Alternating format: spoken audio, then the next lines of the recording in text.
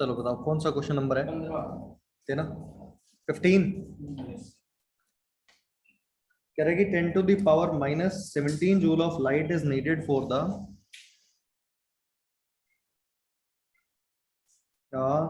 needed by the interior of human eye to see an object. The number of photons of green light needed to see the object. देखो energy given है अपने को, कितनी given है?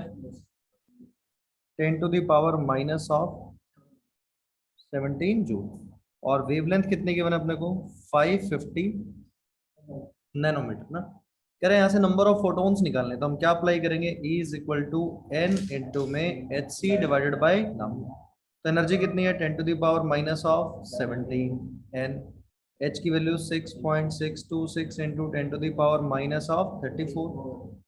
3 into 10 to the power 8 divided by 550 into 10 to the power minus of 9। यही करना था। अब एन सॉल्व करना है। एक काम करते हैं, पहले सब कुछ इधर रीअरेंज कर देते हैं, फिर सॉल्व कर लेंगे। 550 10 to the power minus of 9, 6.626 into 10 to the power minus of 34, 3 into 10 to the power of 8। इसको सॉल्व करना है ना।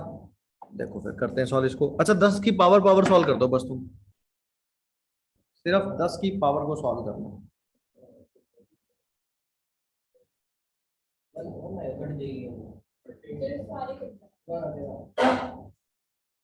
27.668 कितना बच रहा है? कुछ भी नहीं बच रहा, बस इतना रहा है। क्या था ऑप्शंस, क्या क्या है इसके? 27 28। तो फिर मोस्ट अप्रोप्रिएट तो इसमें कहाँ जाएगा? 28 के पास। आई 27.668 रहा है। हाँ वो तो देखो अप्रोक्सीमेट होगी, क्योंकि यहाँ तो ऑप्शन ही पास पास हो गए ना। 27 28 29 30। फिर तो अपने क्या करना पड़ेगा? एग्जैक्ट कैलकुलेशंस करनी पड़ेगी। अगर ऑप्शन दूर दूर हो फिर अप्रोक्सीमेशन पे काम चल जाता है ना। और बताओ कौन सा नहीं बदल से? 14 वाला। इसमें क्या परेशानी है भाई? कह रहे ट्रांसमिटेड हो 219 मीटर बैंड, तो मतलब वेवलेंथ वाली कहानी गिवन है, ट्रांसमिशन फ्रीक्वेंसी निकालनी है। वेवलेंथ गिवन है तुम्हें कितनी? 219 मीटर। फ्रीक्वेंसी निकालनी। क्या हो गया? हाँ क्या दिक्कत है? निकाल पाओगे? फ्रीक्वेंसी भी तो देखो कम आ रही है। क्या लगेगा फॉर्मूला, क्या अप्लाई करोगे? C इज इक्वल टू क्या होता है? Lambda multiplied by nu. Nu निकालना है। C by lambda 3 into 10 to the power 8 divided by 2.19। ये 1 पॉइंट कुछ इंटू 10 की पावर 8 वाला ऐसे कुछ ऑप्शन है क्या? क्या हो गया? 2.19। अच्छा 219। तू 2.19 कर देता हूँ, ऊपर क्या कर देता हूँ 10 की पावर 6। भूल गया था ना, तो मैं इसलिए लिखना चाहता था कि 1 पॉइंट कुछ बना पाऊँ ना, क्योंकि 3/2 कितना होता है? 1.5। तो 2.2 तो 1.5 से थोड़ा सा कम, तो 1.3 इंटू 10 की पावर 6 आंसर आ गया। सही है।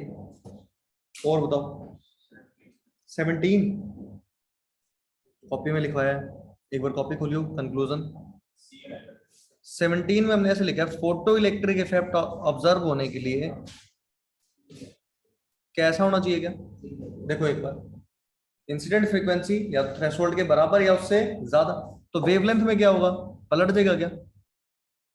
देखिए एक बार लिखा बने ऐसा, क्योंकि सेकंड और थर्ड दोनों केस में क्या निकलता है? इलेक्ट्रॉन बाहर निकलता है। तो जो फ्रीक्वेंसी का रिलेशन होता है, फ्रीक्वेंसी और वेवलेंथ एक दूसरे के इनवर्स, पलट दे साइन। और बता कौन सा? 20 नहीं करना अभी, क्योंकि हमने आयनाइजेशन एनर्जी नहीं पढ़ी अभी ना, बोर में पढ़ेंगे। 22 ये तो कर सकते हैं अपन। एक क्वेश्चन किया ऐसा ऐसा ना कॉपी में, जहां पे हमने लिखा था कि लाइट इज एमिटेड एज 8%। तो ये 8% ही सिर्फ लाइट की फॉर्म में बाहर निकाल रहा है ना। यहाँ पे कितना बोल रहा है उसने? 80%। देखो क्या चीज है, 40 वॉट का बल्ब है ना, इसका मतलब 1 सेकंड में कितनी एनर्जी रेडिएट कर रहा होता? 40 जूल। पहले 100% एफिशिएंसी मान लेते हैं। कितने सेकंड में निकालनी है अपने को? 20 सेकंड में बोल रहा है क्या? तो 20 सेकंड में कितना हो जाता है? 40 इंटू 20 कितना? 800 जूल। पर इसका कितना परसेंट वो रेडिएट कर रहा है? 80%।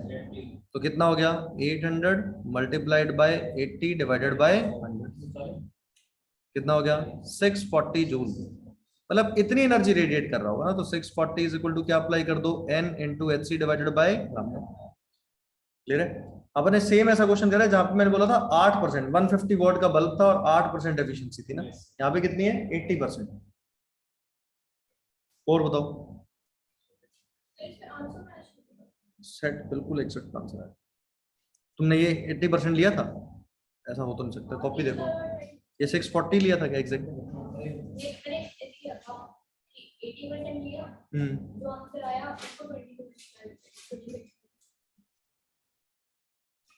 जो आंसर आया उसको, हाँ हाँ ऐसे ही करना था, ऐसा होना तो नहीं चाहिए, पक्की कैलकुलेशन मिस्टेक हो गई। अब सॉल्व करूंगे पूरा इसको, मेरी मेहनत करा रहे हो तुम। 20 मान लूं क्या? ऑप्शन देखना दूर दूर है क्या? 10 की पावर ही बहुत दूर दूर है, सीधा ही मैच कर रही है तो, ये तो 10 की पावर में मैच कर रहा था। ये कितना होता बचता भाई, 26 बचता क्या? नीचे वेवलेंथ कितनी गिवन है, 620 नैनोमीटर, 10 की पावर माइनस का 9, तो ये ऊपर ले जाएंगे इसको, 17 बच जाता। तो n की वैल्यू होती है 640 into 620 divided by 20 into 10 to the power - of 17। ये काटो, 31 हो गया ये, क्या होता 64 into 31, 640 into 31 into 10 to the power 17। अब इसको करो मल्टीप्लाई, ये मुझे लगता है 21 के ऑर्डर का बन जाएगा।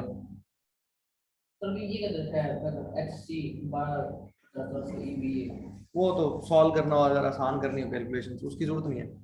जैसे हम वो जो H इंटू सी में जब जूल वाला यूज करते, कहता अगर इलेक्ट्रॉन वोल्ट एंगस्ट्रॉम वाला यूज करें तो ऐसा आएगा।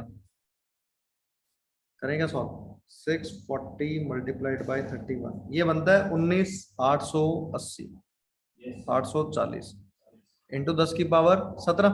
तो एक काम करते हैं इसको, वो कर देते हैं 1000 से मल्टीप्लाई, 1000 से डिवाइड, 1000 से क्यों करें, और कर दो 1.9 लिख दो, 10 की पावर 21 बन जाएगा, तो 2 इंटू 10 की पावर 21 आ जाएगा। तुमने कैलकुलेशन में मिस्टेक करी।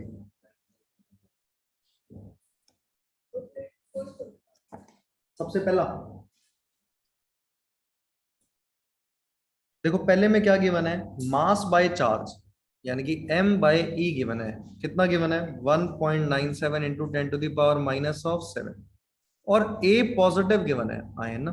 अच्छा, a पॉजिटिव का मतलब यहाँ पे एक प्रोटॉन ही एक्स्ट्रा रहा होगा, तो हमने एक इलेक्ट्रॉन बाहर निकाल लिया, मान लो जैसे अगर 10 प्रोटॉन और 10 इलेक्ट्रॉन, तो एक बाहर निकल गया, तो 10 प्रोटॉन और 9 इलेक्ट्रॉन, तो चार्ज तो सिर्फ किसकी वजह से बचता है, एक प्रोटॉन की वजह से। तो एक प्रोटॉन का चार्ज कितना होता है 1.6 into 10 to the power - of 90। तो मास निकालना है, मल्टीप्लाई कर दो, 1.97 into 10 to the power - of 7। ठीक है, और बताओ 18, तूने 10 घंटे यूज करे, 1 सेकंड निकाला ना तूने, 1 सेकंड में एनर्जी कितनी आई, कितने जूल आई, 60 जूल। अब मेरे को निकालने कितनी है 10 घंटे में, 10 घंटे में कितने सेकंड हो जाएंगे, 1 घंटे में कितने सेकंड होते हैं 3600, और 10 घंटे में कितने हो जाएंगे, तो इतने सेकंड के लिए एनर्जी कितनी हो जाएगी,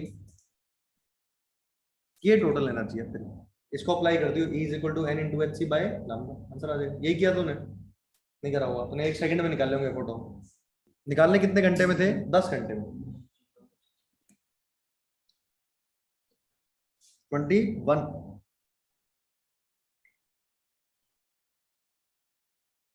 देखो फिर से पावर गिवन है कितनी, 1 किलोवाट। 1 किलोवाट का मतलब क्या हो गया, 1000 वाट हो गया, तो मतलब 1 सेकंड में कितनी एनर्जी बाहर निकाल रहा होगा, 1000 जूल। ये एनर्जी आ गई। तो अब क्या अप्लाई करेंगे, E is equal to N multiplied by H nu use कर दे, क्योंकि फ्रीक्वेंसी गिवन है। E कितना हो गया 1000, एच की वैल्यू एच, और न्यू कितना गिवन है 880। सॉल्व कर, 25, ये तो नहीं बताऊंगा, बिल्कुल नहीं बताऊंगा। क्या गिवन है तेरे को बता, कितने गिवन है, मीटर में कितना हो गया,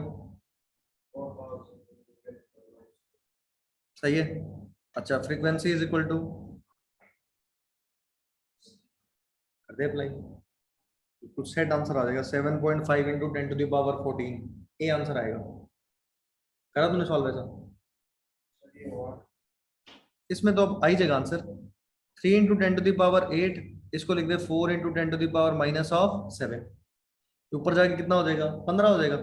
3/4 कितना हो गया? 0.75 इंटू 10 to the power 15, तो 7.5 into 10 to the power 14, 26। Calculate wavelength of photon having energy 2 electron volt. अब देखो लास्ट क्लास में हमने एक फॉर्मूला लिखा था एनर्जी का,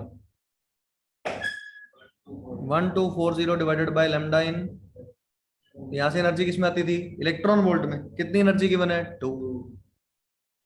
निकाल दे वेवलेंथ, काट दे, कितने में कर देगा? 620 आ जाएगा नैनोमीटर। नैनोमीटर को कर दी कन्वर्ट मीटर में।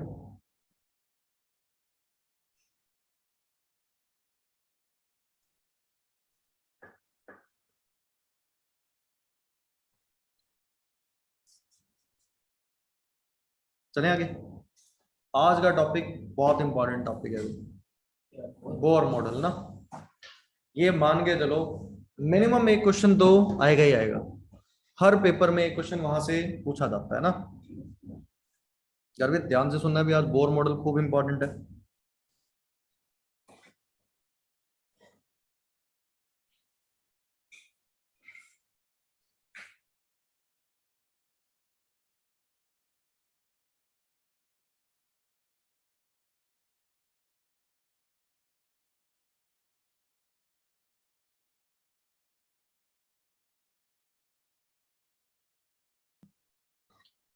देखो बड़ा इंपॉर्टेंट टॉपिक है, कौन सा? बोर मॉडल ना। देखो बोर मॉडल की अगर बात करें तो बोर ने क्या बातें बताई थी। इसने सबसे पहला तो जो रदरफोर्ड की कहानी थी वही की, इसने क्या बोला कि जो भी अपना पॉजिटिव चार्ज है वो सारा किसमें है? न्यूक्लियस में। और न्यूक्लियस कहाँ पे प्रेजेंट है? सेंटर ऑफ एटम पे। तो उसने पहली बात क्या बोली थी? ऑल द पॉजिटिव चार्ज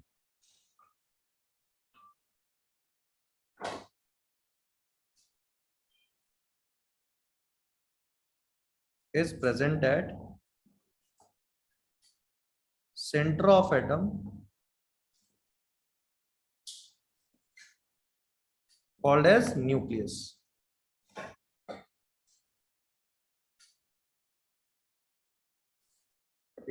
एक सेकंड वेट करना। इसमें तुम काइनेटिक एनर्जी और पोटेंशियल एनर्जी की जल्दी से फॉर्मूले देख लो।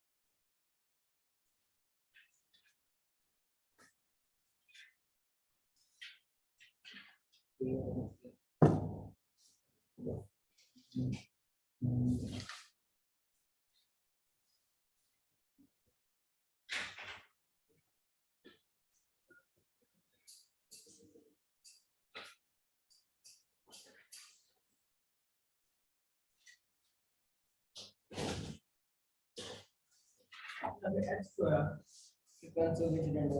कह रहे हैं?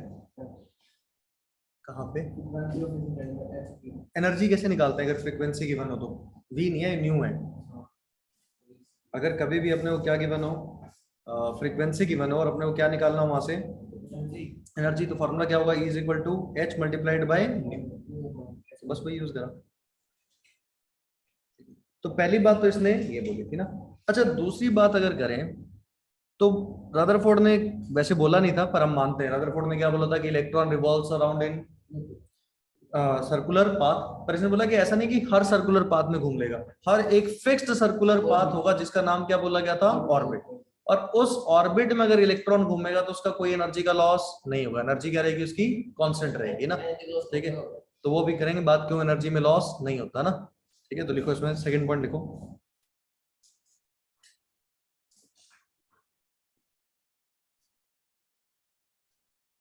Electron revolves around the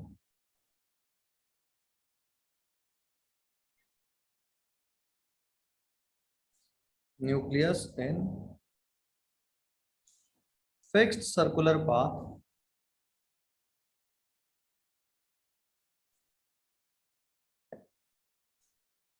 called as orbit। कि एक फिक्स सर्कुलर पाथ होता है जिसको क्या बोलते हैं हम, ऑर्बिट बोलते हैं।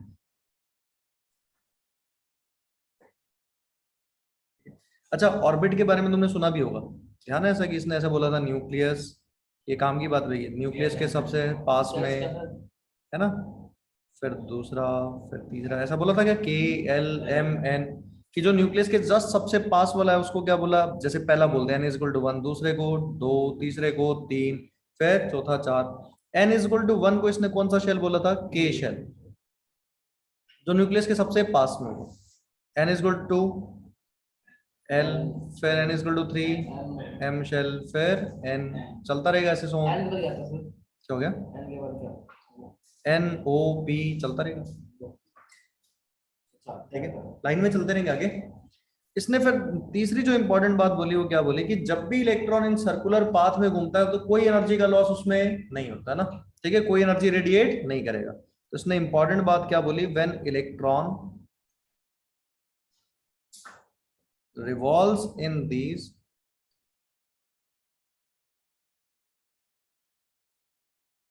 circular orbits it do not radiate energy। इसमें कोई एनर्जी का लॉस नहीं होता ना।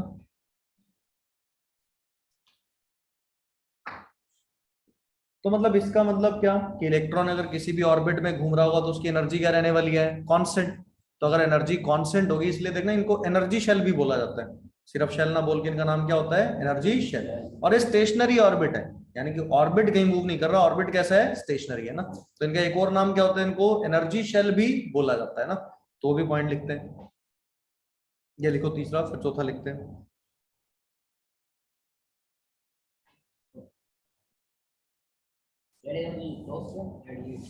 क्या कह रहे हैं, हाँ रेडिएट मतलब बाहर निकालना, रिलीज करना।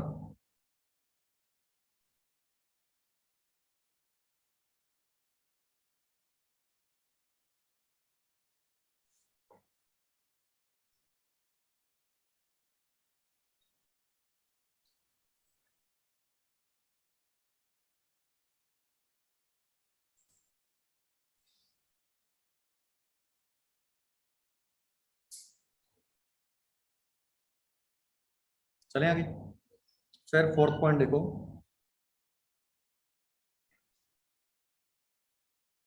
Energy of electron remains constant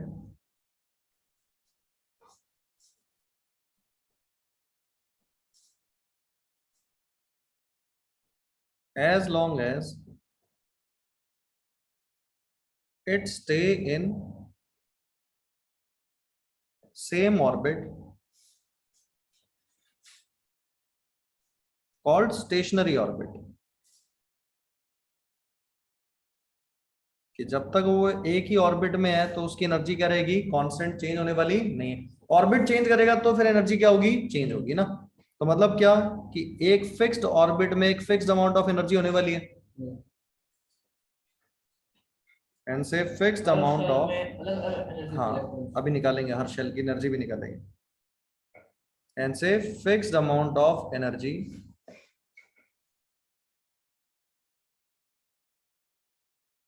is associated with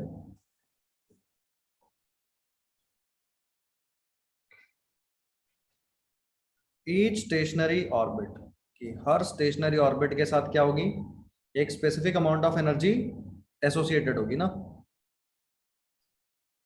so these orbits are also called as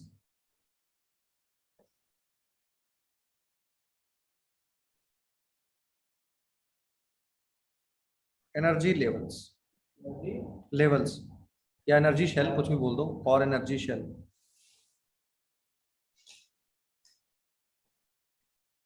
अब ये तो देखो बेसिक बेसिक सी बातें होगी ना. अब यहां से इसके बाद मेन कहानी शुरू होगी, जहां से हम चीजें डिराइव करनी भी शुरू करेंगे. देखो क्या कहता है, कहता है इलेक्ट्रॉन जब भी सर्कुलर पाथ में घूमता है ना, उस पर दो तरह के फोर्स लगते हैं. उस पर कितने तरह के फोर्स लगेंगे, दो. तो उन दोनों फोर्सेस की अब हम बात करेंगे ना. ठीक है, अभी बनाते हैं. एक बार ये लिख लियो यहां तक, फोर्थ पॉइंट तक. आगे एक बार सुनना, बाद में नोट करना. कहता है when electron revolves in these circular orbits, it experiences two types of forces. कि वो क्या करता है, दो टाइप के फोर्सेस क्या करता है, एक्सपीरियंस करता है. अब वो कौन से फोर्स रहे होंगे उसके बारे में थोड़ी सी बात करते हैं ना. मान लो ये अपने पास क्या है, न्यूक्लियस है ना, और सर्कुलर पाथ, यहाँ पे क्या घूम रहा है, इलेक्ट्रॉन. अच्छा ये कोई तो कोई एटम रहा होगा, उस एटम का कुछ ना कुछ एटॉमिक नंबर रहा होगा. तो एक काम करते हैं, एलिमेंट का जो भी एटॉमिक नंबर है वो कितना मान लें, Z. अच्छा एटॉमिक नंबर किसके बराबर होता है, नंबर ऑफ प्रोटॉन्स के. किसके बराबर होता है, number of protons.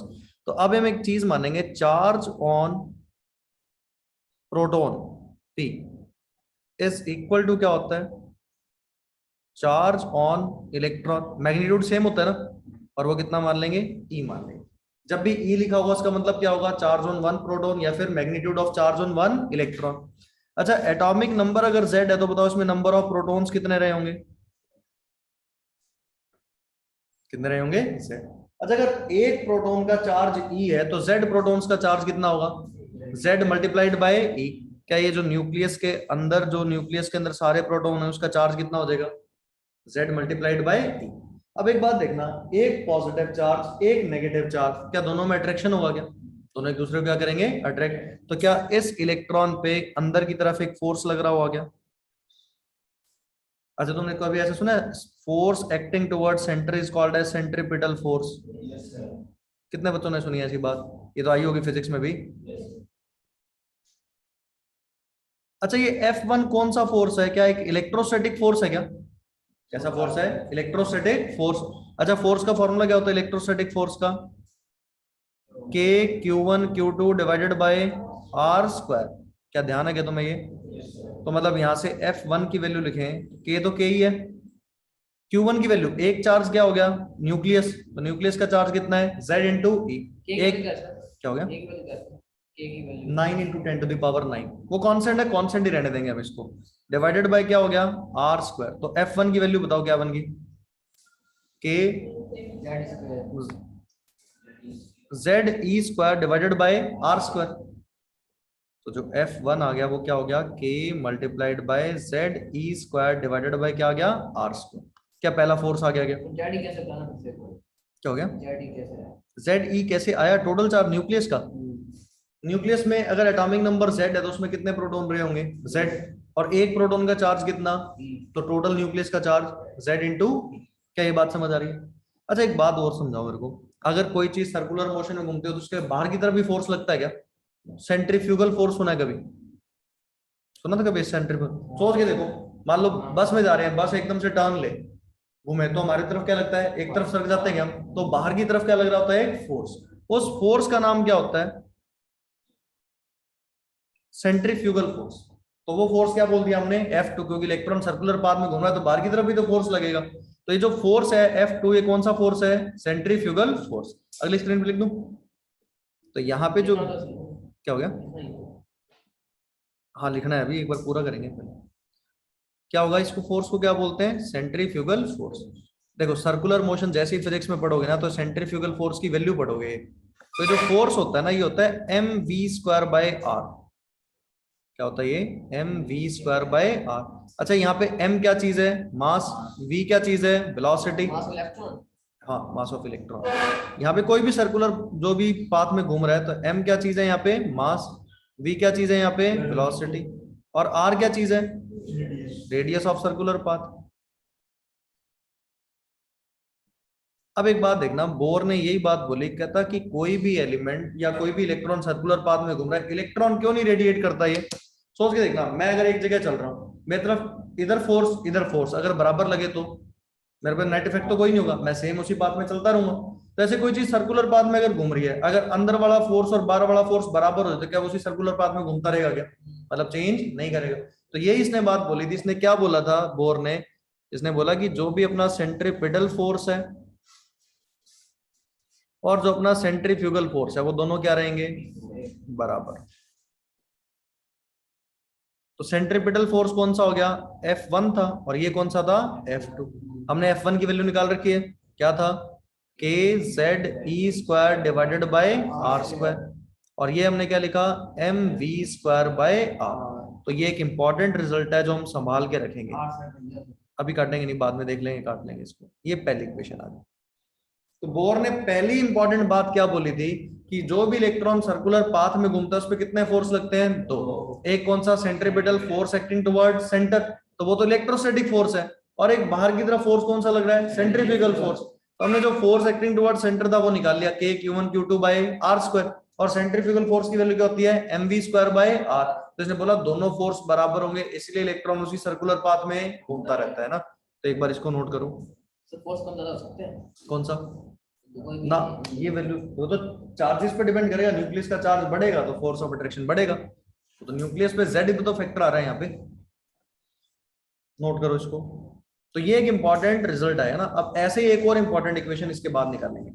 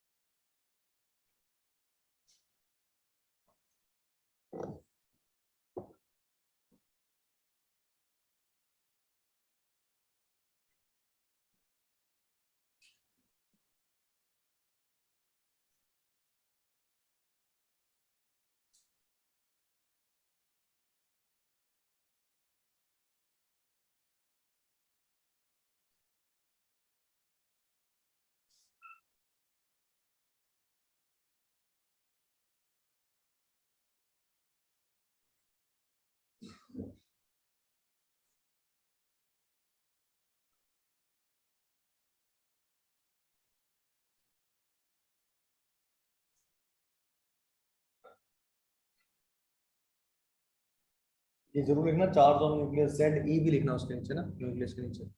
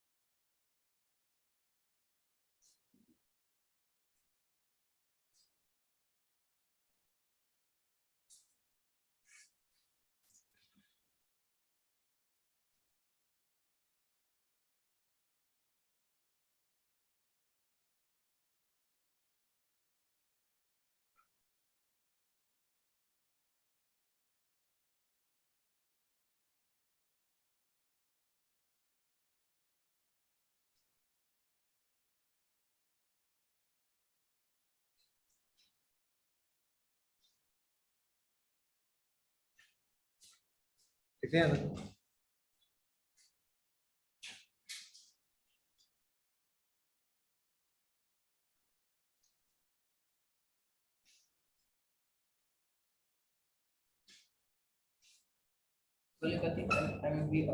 mv square by are.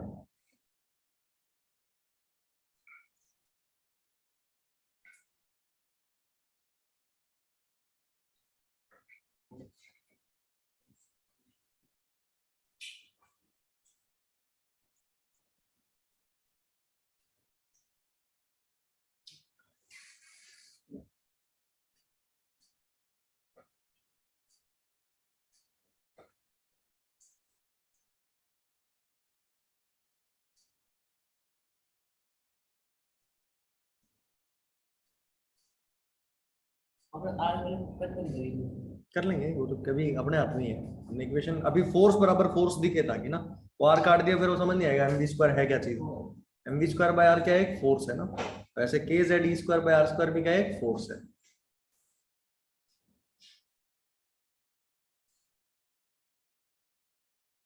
ठीक है भैया। नेक्स्ट देखो सेंट्रीफ्यूगल फोर्स। और ये इंपॉर्टेंट कंक्लूजन था उसने क्या बोला था? सेंट्रीपिटल फोर्स और सेंट्रीफ्यूगल फोर्स दोनों क्या होने वाले हैं? बराबर।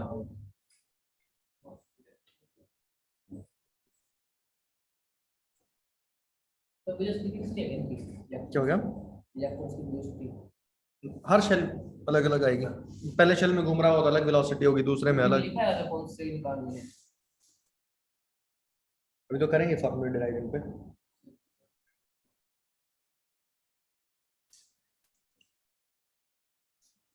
तुमने कभी छोटी क्लास में फिजिक्स में ऐसा पढ़ा quantization word? Charge is always quantized. सुना वैसे क्या मतलब होता है इसका? क्या हमेशा हम ऐसा बोलते थे कि सबसे स्मॉलेस्ट चार्ज इलेक्ट्रॉन का चार्ज है ना? तुमने कभी ऐसा लिखा होगा Q is equal to n times of E, ऐसा लिखते थे क्या? चार्ज इज ऑलवेज क्वांटाइज्ड है ना। E की वैल्यू क्या फिक्स और n क्या उसका इंटीग्रल मल्टीपल, 1 2 3 4 5 6, इसी को बोलते हैं क्वांटाइजेशन है ना। तो अगर कोई भी चीज क्वांटाइज्ड है उसका मतलब क्या है? कि किसी एक स्पेसिफिक नंबर का वो इंटीग्रल मल्टीपल रहा होगा है ना। एक नंबर फिक्स कर दें और उसकी क्या कर दें? वैल्यू n की वैल्यू बढ़ती जाए, 1 2 3 4 5 6 कुछ भी हो सकती है। तो ऐसे ही यहाँ पे एक चीज बात करेंगे ना। तुमने लीनियर मोमेंटम सुना हुआ है? Momentum mass multiplied by velocity, वो लीनियर मोमेंटम होता है अगर कोई सीधा v वेलोसिटी से चल रहा हो। अगर कोई पार्टिकल सर्कुलर पाथ में घूम रहा होता है ना तो उसके साथ एसोसिएटेड एंगुलर मोमेंटम होता है। क्या होता है उसमें? Angular momentum.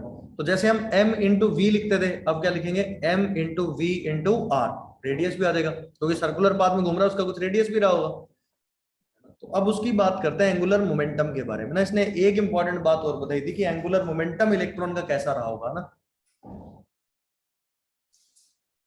क्या तक नोट कर लिया सभी ने? तो नेक्स्ट इसने क्या बोला था? इसने बोला when electron revolves in circular path, क्या आएगा क्या? revolves in circular path,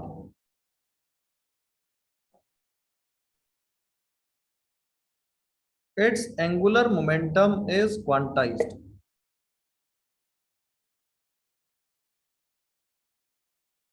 इसका एंगुलर मोमेंटम क्या रहेगा? क्वांटाइज्ड रहेगा ना। ठीक है, क्वांटाइज्ड हो तो किसी चीज का तो मल्टीपल होगा ना। तो ऐसे लिख देते हैं that is it is integral multiple of, मतलब 1 2 3 4 उसी का मल्टीप्लिकेशन एक सिंपलेस्ट फैक्टर का होगा। जैसे चार्ज किसका इंटीग्रल मल्टीपल था? ई का, Q is equal to N E. क्या हुआ?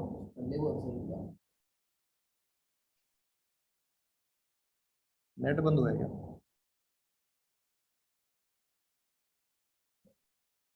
बोल देता हूं मैं, लिखू that is it is integral multiple of h divided by 2 pi when electron revolves in circular path its angular momentum is quantized।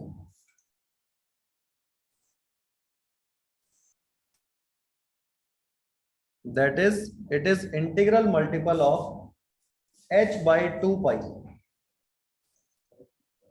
h divided by 2 pi. h क्या चीज है? Planck constant. और 2 और पाई तो पता ही हमने तो हाँ भी फॉर्म रिलेशन बनाते हैं इसका ना।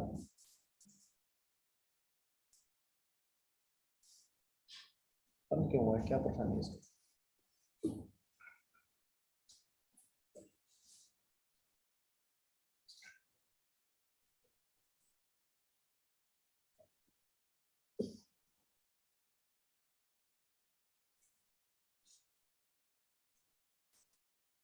देखो यही लिखा था मैंने, it's angular momentum is quantize. देखो एंगुलर मोमेंटम अभी क्या बताया था, क्या चीज होता है, m into we into R, ये क्या हो गया एंगुलर मोमेंटम। अब ये इंटीग्रल मल्टीपल होगा किसका, तो इंटीग्रल मल्टीपल n से रिप्रेजेंट करते हैं, 1 2 3 4, किसका होने वाला है h डिवाइडेड बाय 2 पाई का। बताओ ये बात सही है? तो इसने एक इंपॉर्टेंट इक्वेशन दी क्या, M V R is equal to N into H divided by में 2 पाई, और यहाँ पे n की वैल्यू क्या होगी, कौन सा n, तो इंटीग्रल मल्टीपल बोल रहे हैं, 1 2 3 4। अगर इलेक्ट्रॉन पहले शेल में घूम रहा हो तो n की वैल्यू 1 रख देंगे, दूसरे में घूम रहा हो तो n की वैल्यू 2, तीसरे में 3, चौथे में 4, इस तरीके से। तो इन दो इक्वेशंस का बड़ा रोल आएगा। अब इसी से हम क्या निकालेंगे, जैसे के शेल का रेडियस, एल शेल का रेडियस, एम का रेडियस, सभी शेल का रेडियस तो अलग अलग होगा, न्यूक्लियस से दूरी उनकी, तो सभी शेल का रेडियस के फॉर्मूला निकालेंगे हम, है ना। फिर उस शेल में अगर इलेक्ट्रॉन घूम रहा होगा तो उसकी कुछ ना कुछ क्या होगी, वेलोसिटी, उसकी वेलोसिटी का फॉर्मूला निकालेंगे। फिर देखो इलेक्ट्रॉन जिस शेल में घूम रहा है उसके साथ एनर्जी भी तो रही होगी, हमने बोल रहा था ना फिक्स्ड एनर्जी है वहां पे, तो वो एनर्जी कितनी फिक्स रही होगी वो निकालेंगे, हर शेल की एनर्जी। तो ये तीन मेन फॉर्मूले हम डिराइव करेंगे ना। अब देखो डेरिवेशन अपने को वैसे भी आएगी, क्यों ऐसा, क्योंकि दो इक्वेशन ही तो रखनी है, इन दोनों का यूज करके हम सारे फॉर्मूला निकालने वाले हैं ना। तो ट्राई करते हैं इससे, ये नोट कर लिया सभी ने। फिर इसके बाद नेक्स्ट इसमें सब हेडिंग डालो, कैलकुलेशन ऑफ। अब यहाँ एक भी स्टेप मत स्किप करना ना, मेरे साथ साथ पहले देखते चलना, फिर नोट कर लेना चाहिए। Radius of nth Bohr orbit,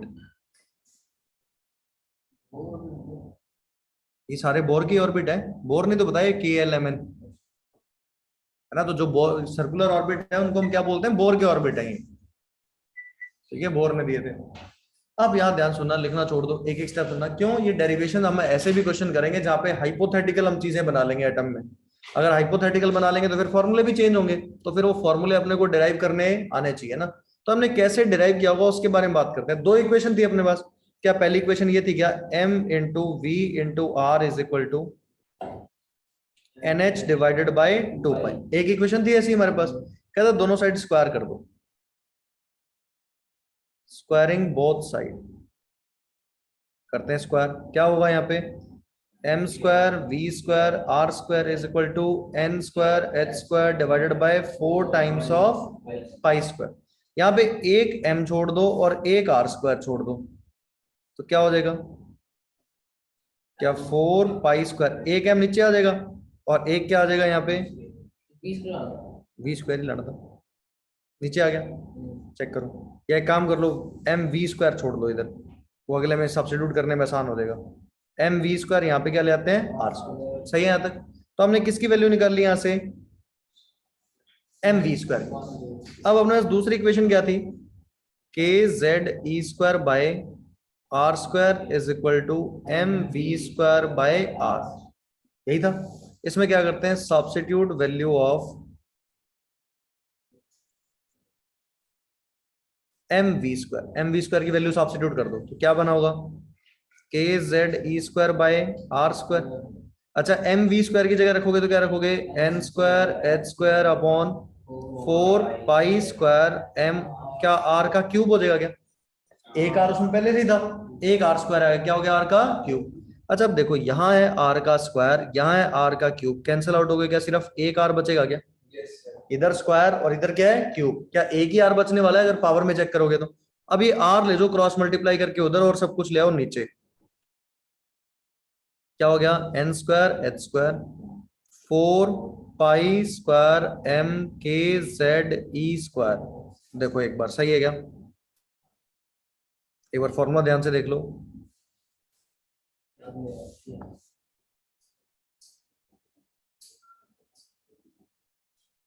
क्या रेडियस का फॉर्मूला आ गया क्या, क्या रटा जा सकता है क्या ये तो बड़ा मुश्किल है, तो ये डायरेक्ट याद तो नहीं होगा, तो अपने को क्या पता होना चाहिए कि हमने सॉल्व कैसे किया। क्योंकि कई बार इस फॉर्म में पूछ सकता है। अब मैक्सिमम टाइम होता है देखो जेई मेन में या नीट में इस पे नहीं पूछता ना, जेई एडवांस में डायरेक्ट पूछ सकता है which of the following is formula for radius. देखो मेरे को तो वैसे भी रटा हुआ है, तुम 3 बार खुद लिख लोगे याद हो जाएगा, n square H square upon 4 pi square m k Z ई स्क्वायर, रटा जाएगा ये। 2 बार खुद के हाथ से लिखोगे याद हो जाएगा, 2 बार खुद के हाथ से लिखते हैं क्या होता है, चीजें याद हो जाती है ना। अब इसके बाद की कहानी थोड़ी सी करते हैं। और अब एक बात देखो, इसमें बहुत सारी चीजें कांस्टेंट भी है क्या, देखते हैं क्या क्या कांस्टेंट है। N square H square upon 4 pi square m k Z ई स्क्वायर। अब यहाँ पे वेरिएबल चेक कर लेते हैं चलो। अच्छा एन की वैल्यू तो चेंज हो सकती है, एन 1 2 3 4 कुछ भी हो सकता है, ये तो वेरिएबल है। एच की वैल्यू तो फिक्स है, 4 फिक्स है, पाई की वैल्यू फिक्स है, मास ऑफ इलेक्ट्रॉन भी फिक्स है 9.1 इंटू 10⁻³ क्या कैपिटल के की वैल्यू भी फिक्स है। जेड क्या चीज था यहाँ पे, एटॉमिक नंबर। हाँ जेड क्या चीज था, एटॉमिक नंबर। क्या ये एटॉमिक नंबर तो चेंज हो सकता है, हाइड्रोजन हुआ तो 1, हीलियम हुआ तो 2, लिथियम हुआ तो 3। ई क्या चीज था, हमने देखो क्या लिखा था, चार्ज ऑन इलेक्ट्रॉन, क्या वो भी कांस्टेंट ही है, वो थोड़ा ना चेंज होता है। मतलब वेरिएबल चीजें तो सिर्फ ये दो ही है, 1.6 इंटू 10⁻19। क्या सिर्फ वेरिएबल कौन सा है, एक एन स्क्वायर और एक कौन सा है जेड, और सब कुछ क्या है कांस्टेंट। कहता है अगर सभी कांस्टेंट की वैल्यू रख दी जाए ना तो रेडियस का फॉर्मूला आता है 0.529 multiplied by n square by Z.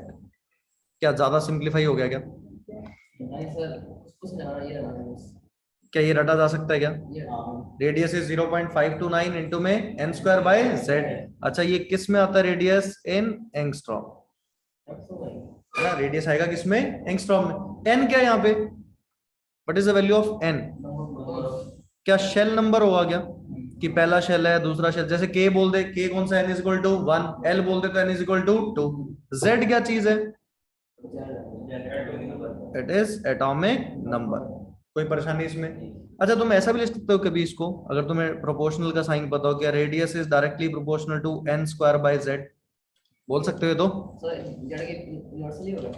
है ना। डायरेक्टली प्रोपोर्शनल तो क्या हो गया, एन स्क्वायर, और इनवर्सली प्रोपोर्शनल किसके हो गया, जेड के। तो क्या ऐसा लिखा जा सकता है, क्योंकि वो 0.529 तो कांस्टेंट ही है, तो क्या लिख सकते हैं, radius is directly proportional to N square by Z.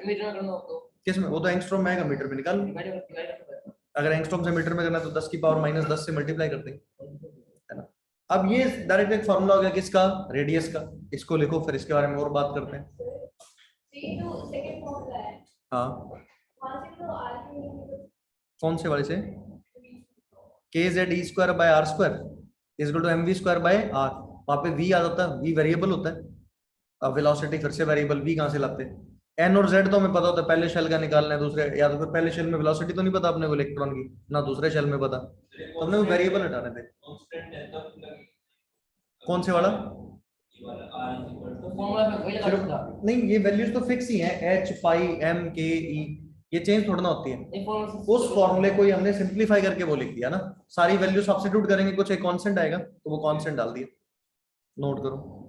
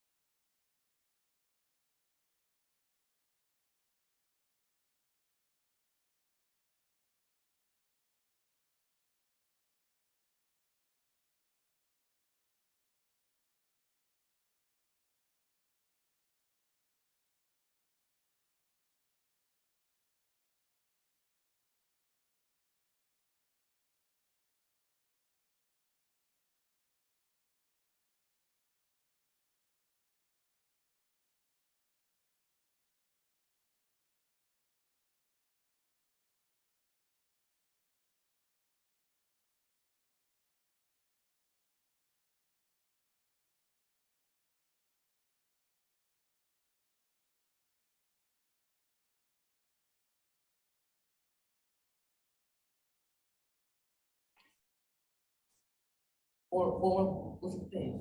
हाँ ये वाला पहले वाला पूछ लेगा।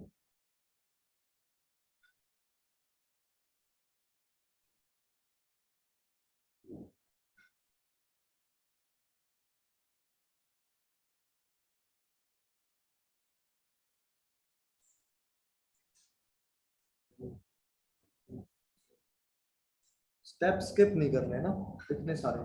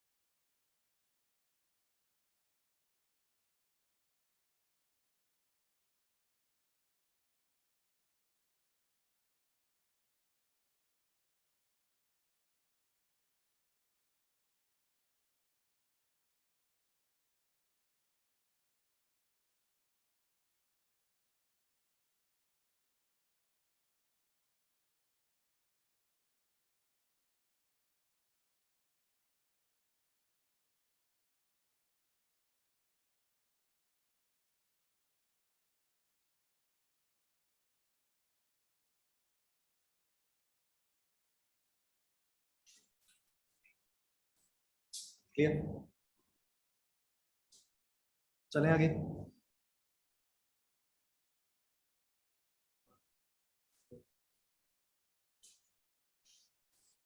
देख लिया तूने? अब एक बात देखना, फॉर्मूला तो यही था, R इज इक्वल टू क्या है, 0.529 इंटू में n स्क्वायर बाई जेड। क्या आएगा किसमें, एंगस्ट्रॉम में ना, रेडियस यहां से। तो अगर मेरे को ऐसे बोले n इज इक्वल टू 1 कर दे और z is equal to 1, Z1 कौन सा एटम हो गया, हाइड्रोजन एटम। तो क्या radius of first Bohr orbit अगर लिखें तो क्या बन जाएगा, 0.529 एंगस्ट्रॉम। ये हो गया। ये जो आर है ये क्या चीज है, किसका, ये 0.529 है, तो रेडियस ऑफ क्या है, फर्स्ट, हाँ, Bohr orbit of hydrogen atom. बताओ एक बार, ये बात सही है। और इसको देखना, पूरी केमिस्ट्री या फिजिक्स में कहीं भी ए नॉट लिखा मिले तो इसका मतलब क्या है, radius of first Bohr orbit of hydrogen atom. हाँ, जब भी ए नॉट लिखा मिले या आर नॉट कभी नहीं लिखा मिलता, मैक्सिमम टाइम क्या लिखा मिलता है, ए नॉट। तो ए नॉट का मतलब क्या होगा, radius of first Bohr orbit of hydrogen atom. तो देखना, जो ऊपर वाला फॉर्मूला उसको ऐसे लिख दूं मैं, r is equal to a naught into में एन स्क्वायर बाई जेड। बताओ कोई परेशानी इसमें, ऐसा भी लिखा जा सकता है क्या, आना तो एंगस्ट्रॉम में ही है। बताओ क्या क्या हो सकता है, हाँ वो एन, जब वन होगा, जेड वन होगा तो वो radius of first Bohr orbit ही हो जाएगा। तो क्या radius of first orbit of hydrogen atom को क्या बोल दोगे तुम, ए नॉट बोल दोगे ना। क्या मैंने तुम्हें ग्राफ सिखाए हैं क्या, कि कैसे बनते हैं, सिखाए थे, क्वाड्रेटिक इक्वेशन, पैराबोला और ये सारी कहानी ना। अब देखो कितनी अच्छी बात पूछ लेगा यहाँ से। अब हमने को लगता है यार फॉर्मूला तो आ गया, वो ग्राफ पढ़े क्यों थे। है ना। ऐसी क्या खास बात थी ग्राफ में, ऐसा बोल देगा एट कांस्टेंट जेड, मतलब जेड की वैल्यू क्या कर दी इसने, कांस्टेंट फिक्स कर दी ना, जेड नहीं चेंज कर रहा, मतलब एटम फिक्स कर दिया इस रेडियस वाले में। और कहेगा ग्राफ पता है किसका बनाओ, रेडियस वर्सेस एन का। बताओ कौन बता पाएगा,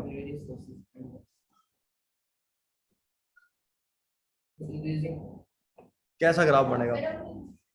देखो अगर n यहाँ पे हमने z फिक्स कर दिया तो रेडियस किसके डायरेक्टली प्रोपोर्शनल हो गया, n स्क्वायर। तो क्या y directly proportional to x square क्या होता था, parabola. y directly proportional to x square क्या होता था, पैराबोला। अच्छा अब कभी वो n की वैल्यू नेगेटिव हो सकती है क्या, हमेशा पॉजिटिव रहेगी क्या, ये वाला फिर पोर्शन से डॉटेड बना देंगे, कैसा चल जाएगा क्या, है तो पैराबोला ही, बस वो हमें पता है नेगेटिव नहीं हो सकता, तो हमने डॉटेड लाइन बना दी, मतलब वो वाला पार्ट नहीं, सिर्फ इधर वाला पार्ट है ना। अच्छा दूसरी चीज, अगर ऐसा बोल दे at constant N, N fix कर दे और कह दे रेडियस वर्सेस जेड का ग्राफ बनाओ,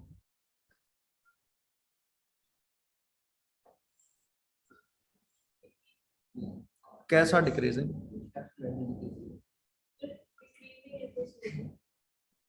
ऐसा बताया था कि आर, अब ये बच गया क्या, इनवर्सली, ये सही है, इसको बताया था ये एक्चुअल में हाइपरबोला होता नहीं है, पर दिखता कैसा है ये, हाइपरबोला जैसा बताया था कि ऐसा ग्राफ बनाया था क्या, y inversely proportional to x, जैसे एक्सपोनेंशियल नजर आता है, ये सारे बनवाए हैं देखो, y inversely proportional to x ऐसा ही था क्या, तो क्या r inversely proportional to z है तो ऐसा ग्राफ हो सकता है क्या, तो क्या चार option they they, which of the following is correct, which of the following is incorrect, क्या बता सकते हैं क्या, ठीक है लिखो इसको। हाइपरबोला एक्चुअल में नहीं होता, रेक्टेंगुलर हाइपरबोला की इक्वेशन होती है x square minus y square is equal to a square, वो मैथ्स में पढ़ोगे ना। पर ये लगता कैसा है, नेचर कैसा होता है वैसा ही होता है कि एक बढ़ेगा तो दूसरा घटेगा।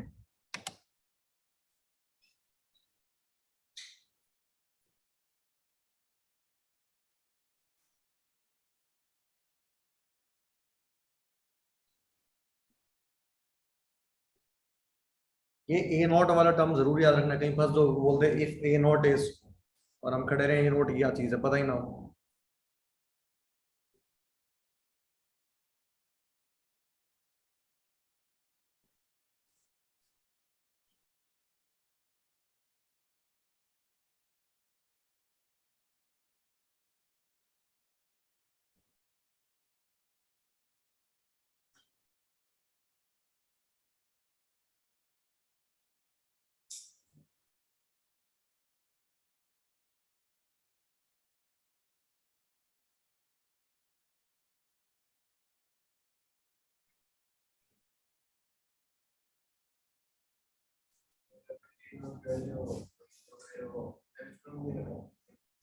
इसमें ए नॉट बोलेगा तो 0.529 एंगस्ट्रॉम, हमेशा एंगस्ट्रॉम में, वो मीटर में करना तो कर लो चाहे कन्वर्ट, उसमें तो क्या परेशानी है।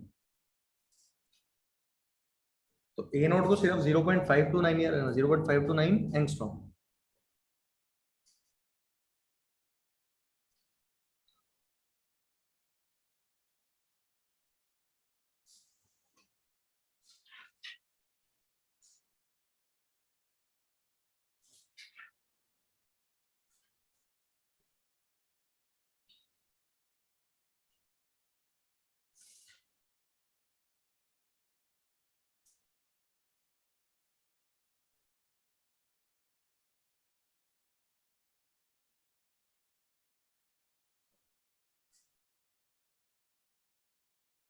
कॉपी बना रहा है, पक्की बात है क्या, देखियो कहीं रह जाए, मैथ्स फिजिक्स की पढ़ाता है,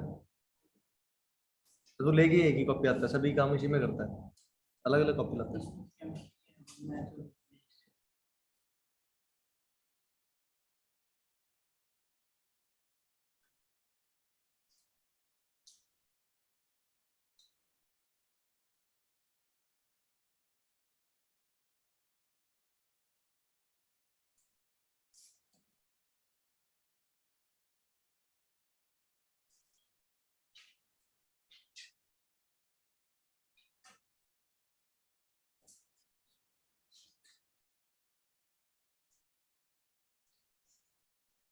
क्यों गई सर, और पॉइंट्स क्या है, अरे वो पैराबोला था कि दिख जाए, अगर मैं ऐसा ग्राफ बना देता ना, तो लगता है ये कौन सा है, आज तक तो ग्राफ सुना ही नहीं मैंने ऐसा, ये कौन सा ग्राफ हो गया, नहीं पता चलता ना। वैसे तो इसलिए वो ऐसा शो कर दिया कि ये कैसा है, पैराबोला है, उसका एक पार्ट है वो,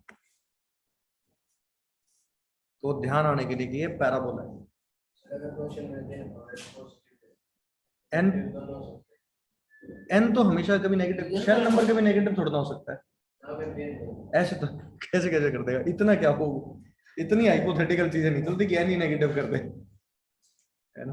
और नेगेटिव करके करेगा अभी क्या, वो शेल नंबर कभी क्या न्यूक्लियस के अंदर छोड़ना जाएंगे, पहला दूसरा तीसरा शेल स्क्वायर करोगे वैसे ही पॉजिटिव बन जानी है वो बन। चले आगे।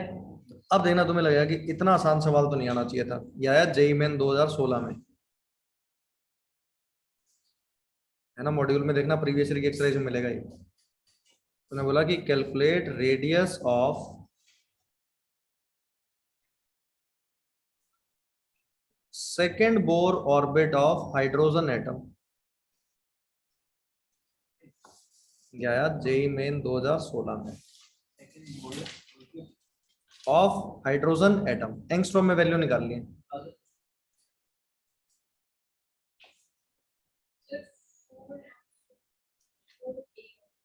ए नोट में निकालता, एंगस्ट्रॉम में वैल्यू निकालनी,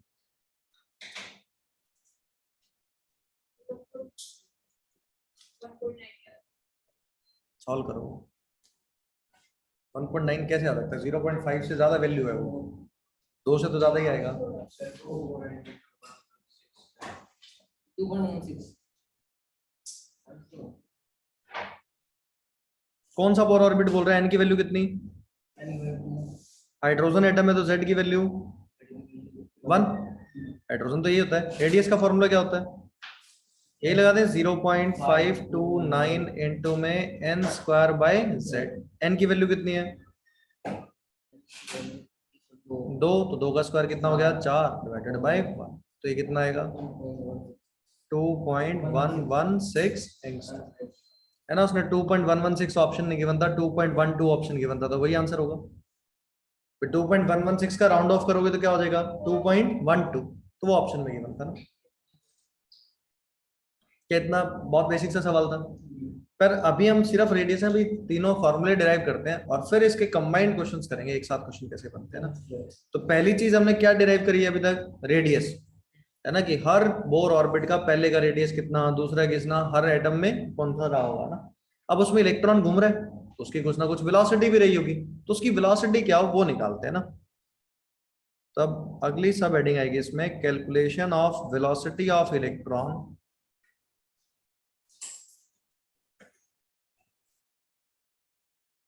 इन nth बोर ऑर्बिट, मतलब कोई भी 1 2 3 4 5 6 किसी में भी क्या निकालना अपने को, अगर इलेक्ट्रॉन की वेलोसिटी निकालनी हो, ठीक है। अब फिर से सुनो एक बार, कहीं भटकना नहीं है। देखो क्या इक्वेशन थी, m into we into are is equal to क्या था, n into H divided by में 2 टाइम्स ऑफ पाई, यही था। यहां से अगर v की वैल्यू लिखें तो v क्या होगा, एन एच 2 पाई m इंटू में r, यही है। अच्छा r तो वेरिएबल है यहाँ पे, तो r की तो वैल्यू सब्स्टिट्यूट करनी पड़ेगी, तो क्या करते हैं यहाँ पे, substitute value of radius, r का फॉर्मूला निकाल रखा है क्या हमने। अच्छा अब कोई ऐसा है जिसने देखते जिसके याद हो गया हो, ए नोट वाला नहीं, पूरा बताना, उससे पहले जो एक डब्बा बनाया था, हाँ हाँ सही, के जेड ई स्क्वायर, तो क्या बन गया ये n square H square upon 4 pi square m k Z ई स्क्वायर, है ना। अब वो सारे देखेंगे ना, पूरा फॉर्मूला भी तो पूछ सकता है अपने से बिना कांस्टेंट वाला। अब देखना यहाँ बहुत सारी चीजें कैंसिल आउट होगी, ध्यान से देखना, भटकना नहीं है। एक क्या हो गया, ऊपर एन और एच था ना, मैंने एन स्क्वायर स्क्वायर, एक एन से एक एन कैंसिल हो गया, एक एच से एक एच कैंसिल हो गया, ये 2 से कैंसिल हुआ 4, 2 बचा, एक पाई से एक पाई कैंसिल हो गया, और एम से, तो नीचे वाले में 2 pi k Z E square बचा गया, क्या वो ऊपर चला जाएगा, तो ऊपर क्या पहुंच गया 2 pi k Z E square, और नीचे क्या बचा, एक n और एक h, यही बचा हुआ था। क्या फॉर्मूला आ गया क्या? क्या वेलोसिटी का फॉर्मूला आ गया? इसको भी करते हैं सॉल्व, थोड़ा सा और सिंप्लीफाई करते हैं। अब यहां चेक करते हैं वेरिएबल क्या क्या चीजें थी ना। तो v is equal to 2 pi k Z E square upon n into में h। तो वेरिएबल कौन सी चीज है? एक तो z और एक n, और सब कुछ तो कांस्टेंट ही है। तो इसको क्या फॉर्मूला बनाओगे तो v क्या बन जाएगा, सारी वैल्यू सब्स्टिट्यूट करने पे 2.18 into 10⁻⁶ multiplied by z divided by n। क्या वेलोसिटी का फॉर्मूला आ गया, है ना। अब ये जो वेलोसिटी आती है किस में आती है, मीटर पर सेकंड। तो यहां से ये पता चल रहा है कि electron revolves at very high speed.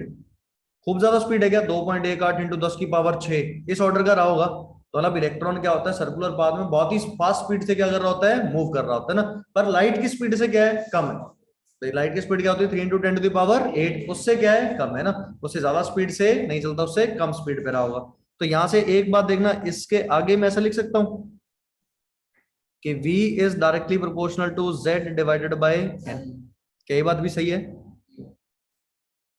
तो अब अपने पास वेलोसिटी का एक फॉर्मूला आ गया क्या, 2.18 into 10⁻⁶ multiplied by z divided by n। अब देखना उसके अलावा क्या ये भी पूछा जा सकता है क्या, 2 pi k Z E square by n h. ये तो ज्यादा छोटा फॉर्मूला है ना। पर ये देखना पता क्या होगा, ये डायरेक्ट ऐसे क्वेश्चन नहीं पूछेगा ना। ये सीक्वेंस क्यों याद होना चाहिए कि हमने कैसे डिराइव किया। अगर मैं पहले इक्वेशन चेंज कर दूं, कहते k Z E square by are square is equal to m we square by r, नहीं अब कुछ और लिख दिया उसने, कुछ और लिख सकता है भाई। मतलब शुरू वाली चेंज कर दी उसने एक इक्वेशन, तो क्या सारे फॉर्मूले चेंज होते जाएंगे क्या फिर? तो वाला फिर से अपने को डिराइव करना आना चाहिए। तो वो सेम प्रोसेस लगेगा कि हम सबसे पहले क्या करेंगे, क्या निकालने वाले हैं वहां से, रेडियस, फिर रेडियस से वेलोसिटी। ठीक है, तो ये दोनों लिंक्ड ही फॉर्मूले है ना, लिख लो इसको। कैथोड रे था उसमें स्पीड क्या थी कैथोड रे की? किसकी? कैथोड कैथोड रे में इलेक्ट्रॉन तो था, ये इसी की स्पीड के आसपास रहा हो, लाइट की स्पीड से कम होती है वो। मतलब होते तो इलेक्ट्रोमैग्नेटिक रेडिएशन जो भी है लाइट की स्पीड के आसपास ही होते हैं सारे।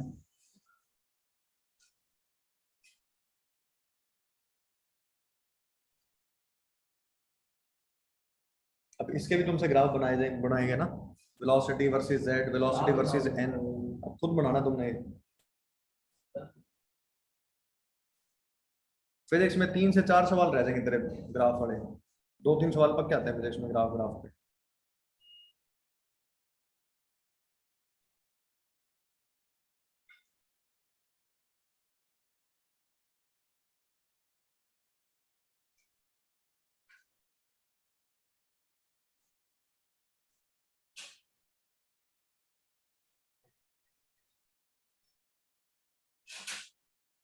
तो बनाया कैसे होता है?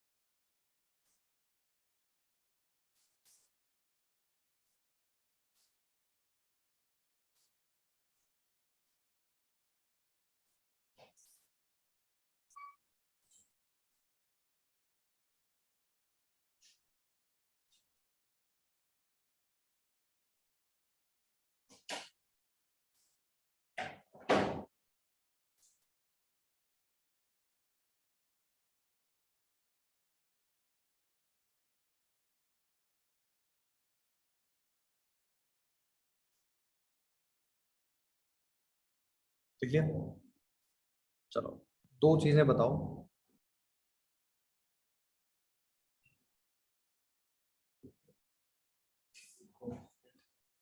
एन कह रहा, अगर एन की वैल्यू क्या कर दी हमने, कांस्टेंट कर दी ना, तो velocity of electron versus Z का ग्राफ कैसा होगा?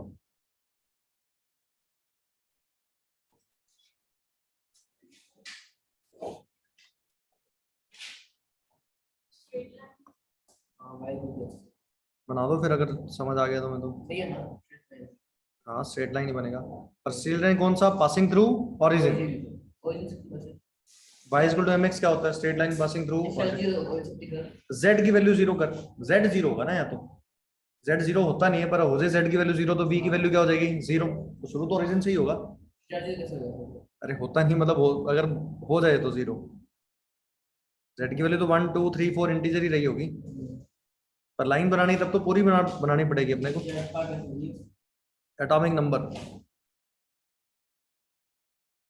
तो पहला कैसा बनेगा? यहाँ पे लिखोगे तो कौन सी इक्वेशन बनेगी? v is directly proportional to क्या हो जाएगा? z। क्या होगा? Straight line passing through origin. क्या क्या ना, नेक्स्ट तो खुद बनाना है तुम्हें, कैसे बनेगा बता। अब z कांस्टेंट हो गया, n 0 लेके इनफाइनाइट हो जाएगा।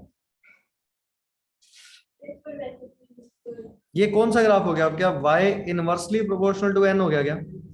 सॉरी v इनवर्सली, क्या हाइपरबोला हो गया क्या? z तो कांस्टेंट है, n बचा, n नीचे था z बाय n, तो ये कैसा बना होगा? हाइपरबोला। क्लियर है?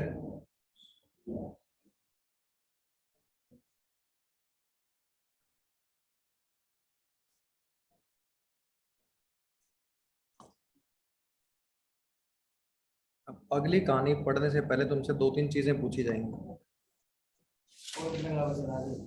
मतलब अगली कहानी तभी तो अगली शुरू नहीं कर रहे ना, उससे पहले मैं अगली है पूछूंगा तुमसे पहले पढ़ाई हुई बात।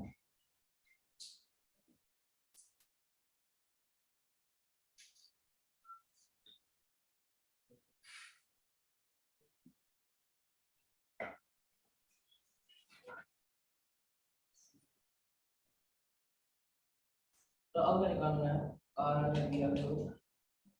अब एनर्जी निकालेंगे, एनर्जी, फ्रीक्वेंसी, बहुत सारी चीजें निकाल देंगे, टाइम पीरियड। अब इसके बारे में बताओ, अगर कोई पार्टिकल मास m वेलोसिटी v से चल रहा है, उसकी काइनेटिक एनर्जी क्या होती है? सुना हुआ सभी ने, क्या होता है? Half mv²।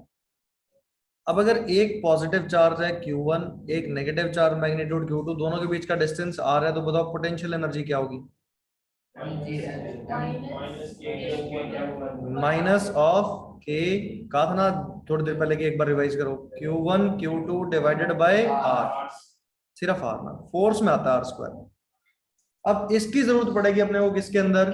जब आगे हम एनर्जी निकालेंगे ना, k माइनस नहीं, formula potential energy minus, potential energy का फॉर्मूला क्या है? Minus of k q1 q2 by r। ठीक है, ये लिखवाया हुआ क्या पहले? चार्जेस के जस्ट बाद लिखवाया था क्या? पोटेंशियल एनर्जी और काइनेटिक एनर्जी। अब जब हम टोटल एनर्जी ऑफ इलेक्ट्रॉन की बात करेंगे तो वहां पे इन दोनों की अपने को जरूरत पड़ेगी ना। ठीक है, तो देखते हैं फिर उसको कैसे कैलकुलेट किया जाएगा। आज घर जाते ही करना क्या है, ये दोनों डेरिवेशंस खुद करनी है। हाँ, जो आज हमने डेरिवेशंस करी है वो अपने खुद करनी है उसको ना। कौन से वाले में? पोटेंशियल एनर्जी का पोजीशन की वजह से जो एनर्जी होती है उसको पोटेंशियल एनर्जी बोलते हैं ना। मोशन तो कोई चीज चल रही है तो पोजीशन उसको चेंज नहीं, पोजीशन अब तेरे को यहाँ पे एच हाइट पे ले जाऊं तो तेरे कितनी पोटेंशियल एनर्जी है? ग्रेविटेशनल पोटेंशियल एनर्जी mgh है, कितनी सुनी हुई है तुमने तो अभी?